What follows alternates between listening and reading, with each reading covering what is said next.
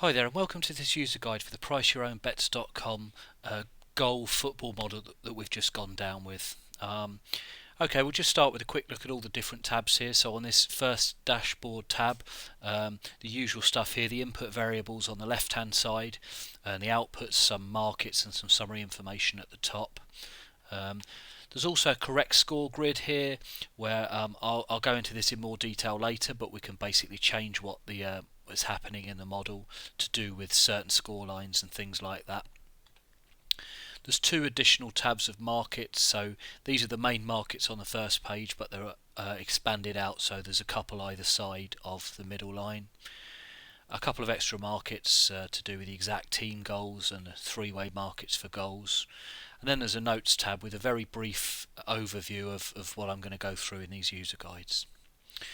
Okay, so back to the dashboard then, and we start with the structure variables as always with these models. So the first thing you do is you pick the length of match. So most of the time this is just going to be 90 minutes, so this will just stay at the default value of 90, but you can also put it to 80 for certain matches. I think some underage matches are 80.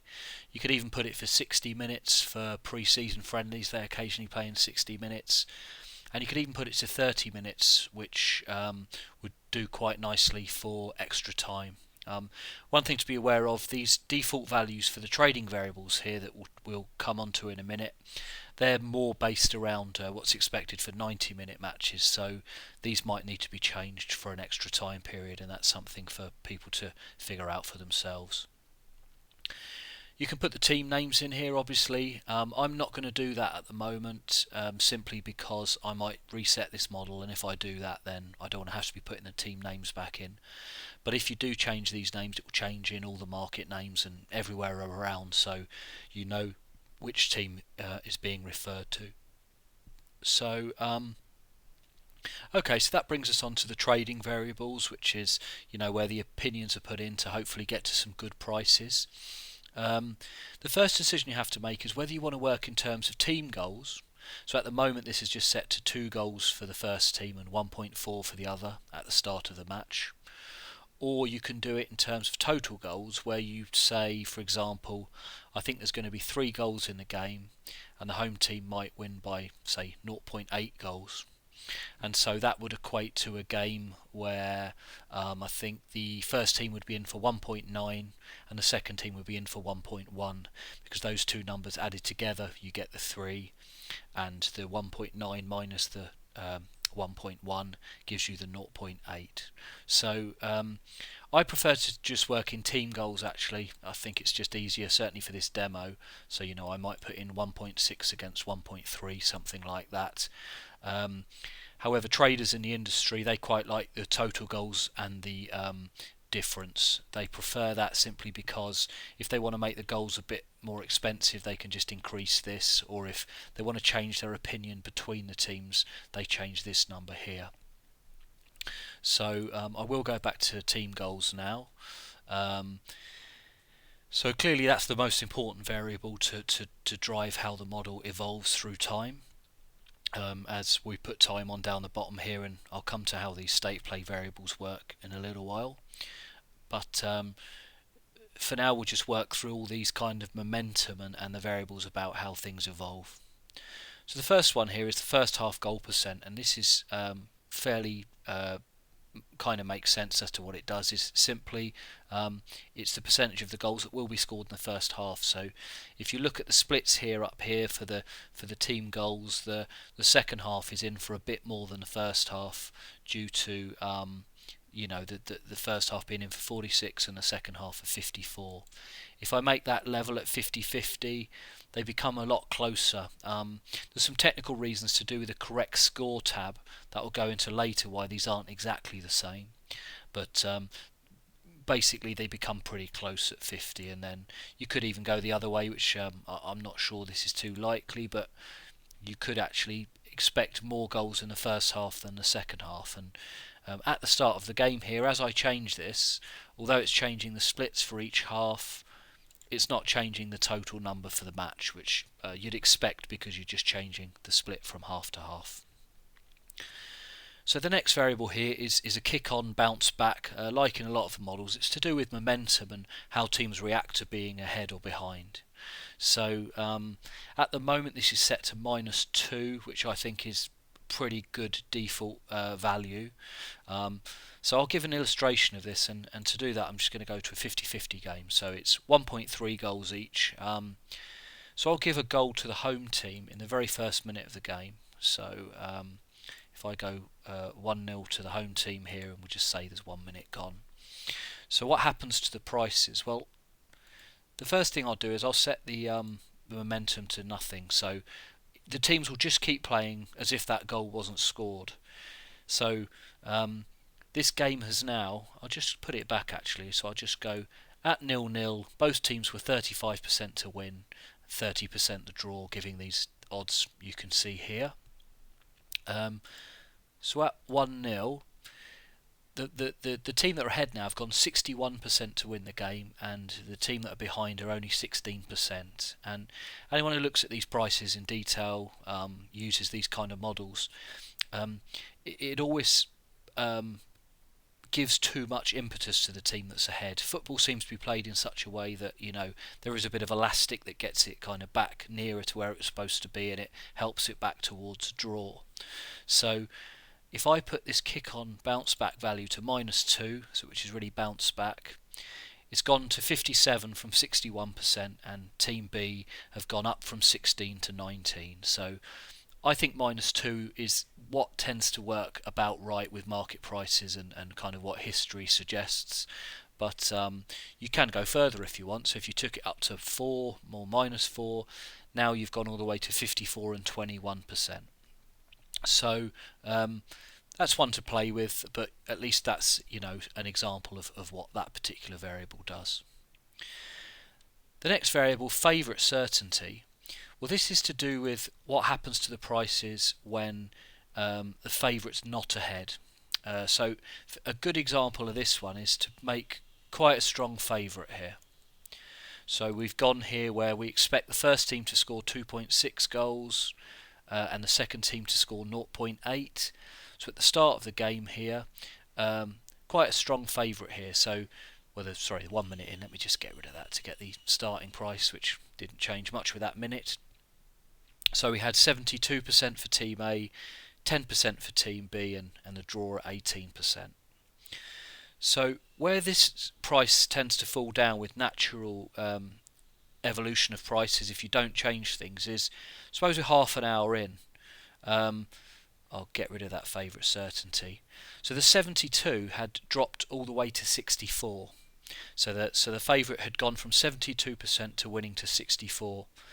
Now, the statistics and the prices and how we observe here, this doesn't evolve or decay as much as that has suggested there. So that's what the favourite certainty does, is I put it up to 2. So now they've only dropped from that original value of 72 to 68.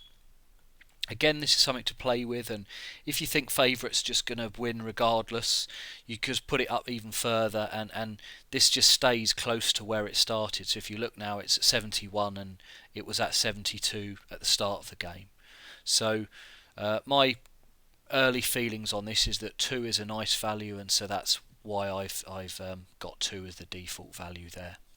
So again, it's one that, you know, people can get their own opinion on and perhaps add some value in certain situations by, you know, not thinking it's always the same. So once you get used to using it, you can, you know, get a real feel for it.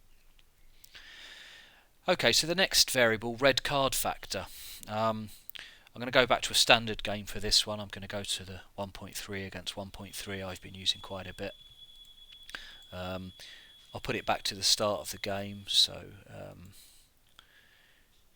here we are. So start of the game, nothing's happened. So at the moment you get out quite close to 1.3. I'll go into detail in the second part of this user guide as to why this isn't exactly 1.3 at the start. But as for now, you can see that it's pretty close.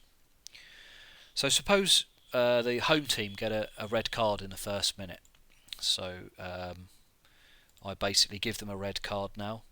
Well, these goals have moved from close to 1.3 each to the team that have had the red card given against them have dropped to just under 1 goal, and the team that now have an extra man has gone up to 1.7 goals. And the way this works around this red card factor is this original number is multiplied by 75%, so multiplied by 0.75, so 1.3 times 0.75 is coming out somewhere close to 0.97. And the team that have the extra man, well, for those guys you divide by 0.75. So here now they've gone up to 1.7 goals.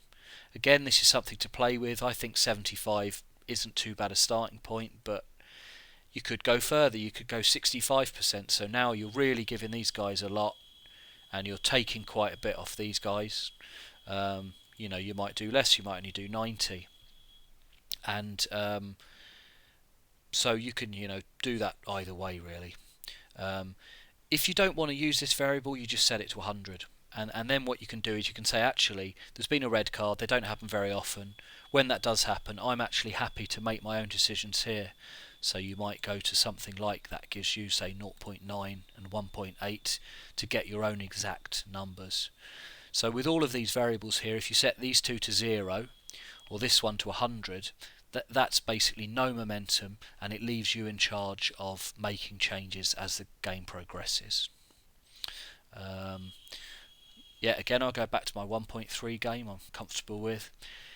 And we look at the half ratios here. Well, what this is we've decided up here that it's 46% first half, 54% second half. But now you have... This is how many more goals you expect in the last minute of the half relative to the first minute of the half. So basically this means that the 45th minute, and forget injury time and stuff, but the 45th minute is worth 1.25 times what the first minute is worth. So if it was 0.01 of a goal in the first minute, it'd be 0.0125. So the steeper you make this, the more you increase this, the more the goals will occur late in the half. So to try and give an example of that, if I go up to 30 minutes gone in the first half, well, at this value of 1.25 it says that I've now got 0.2 of a goal for each team left in that half. So if I make this steeper, it just means that there's more goals late in the half. So if I go up to 1.4, this goes up just that little bit to 0.21. So there's it doesn't seem to do too much, that particular variable, but it's just one to have a think about. Okay, the last thing in this first part of the user guide is just to explain about this injury time, which is quite important to do with pricing as well. The first line here is the expected injury time in each half. So you've got 1 minute in the first half and 3 minutes in the second half. But this second one is the updated injury time. So for example, in this first half here, after half an hour, I was only expecting 1 minute, and my updated opinion is still 1 minute. So I've got the 0.2 of a goal here. Well, suppose there'd been a pretty bad injury to one of the players on one of the teams and they'd lost a few minutes. So I'd say now, actually, I think the extra time's gone up to 4 minutes. So the 20% goes up to 24 here, or 0.2 of a goal to 0.24 for each team. And so if we look at the price here for the under-over half a goal in the first half, then it's gone from here 63.37, and it was 68.32 in favour of the under. So basically this updated injury time can really give you some value if you feel you've observed something for whatever reason you think there'll be more injury time, and it works the same in the second half as well. So okay, I'm going to leave it there for this first half of the user guide. Hopefully you'll be back straight away to listen to the second half. So thanks very much for listening.